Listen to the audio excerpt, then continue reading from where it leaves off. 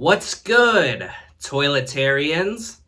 I'm your host, Toilet Terry, and you're all watching Toilet Talk with Terry.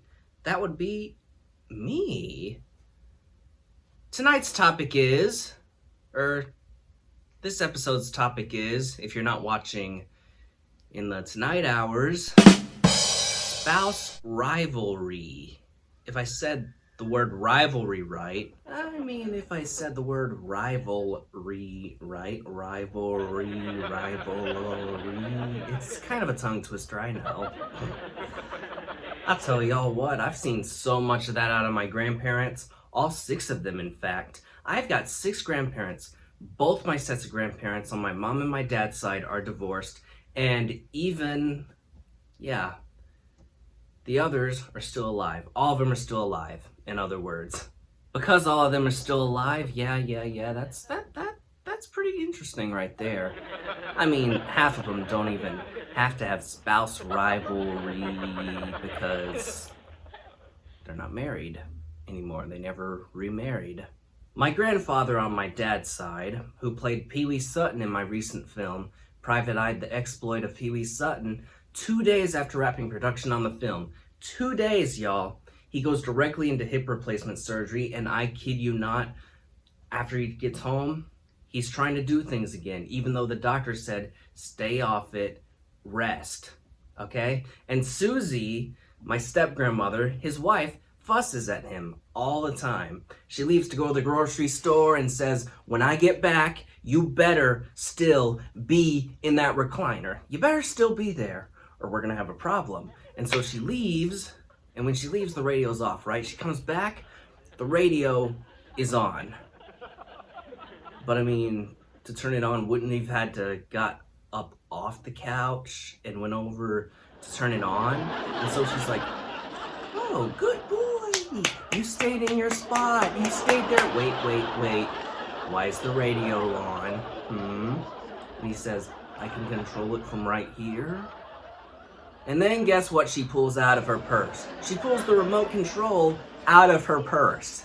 So she's like, no, I know you got a remote control's right here. Don't even ask me how it got in there, guys. Do not ask me how it got in her purse. I'm sure the owners of iHeartRadio would have loved that story.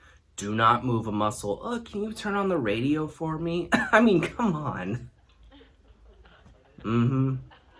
My grandparents on my mom's side of the family, however, are the exact opposite, the complete opposite.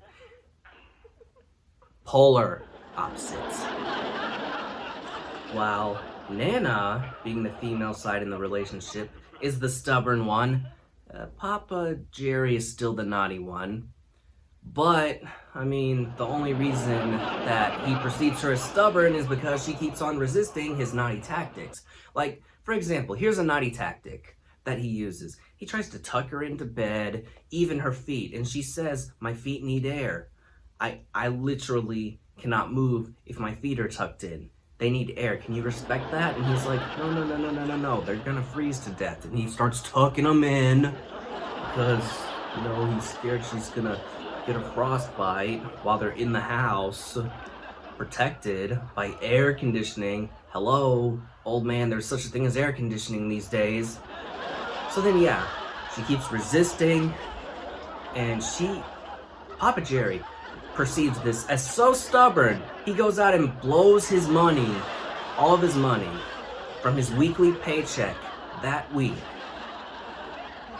on something. And I'm gonna get to that in a minute. Anywho, I was visiting my Nana's, right? This is how the story went. She told me he had blown his money on something. I go to visit her. I'm in the bedroom with her, right?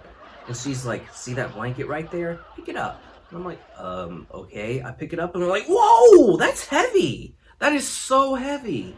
What in the world? Why is this blanket so heavy? And she says, it's a weighted blanket. Papa got me that so that I could no longer wiggle out from underneath the covers. You believe that? If you ask me, he's definitely the naughty one. What are you trying to imply here, Papa? Okay, I think he wanted to get revenge on her because I remember her telling me a story of her having a dream that she was rocking a baby while in reality, in her sleep, she was rubbing his bald head saying, "Go to sleep, baby, go to sleep. All you gotta do now, Papa, is shove her hands underneath that weighted blanket and she'll never do that again." Simple. So, bravo. I remember this one time, right? Papa was concerned about Nana's hearing, and so he went to the doctor and asked them what they should do. And so the doctor said, before you're so sure that she can't hear anymore, stand at least 20 feet away from her, ask a question, and then move 15 feet from her, ask a question. Then move 10 feet from her, ask a question. And if she still hasn't responded by then, go up, ask it right in her ear, right? And if you have to do that, come back and see us. We'll take care of the problem. So he gets home, he asks her, "What's for dinner?" from 20 feet away.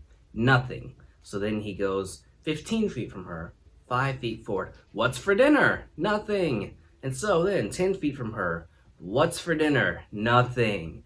And so then he goes up, right, and whispers right in her ear. Well, he doesn't whisper. He just says right in her ear, "What's for dinner?"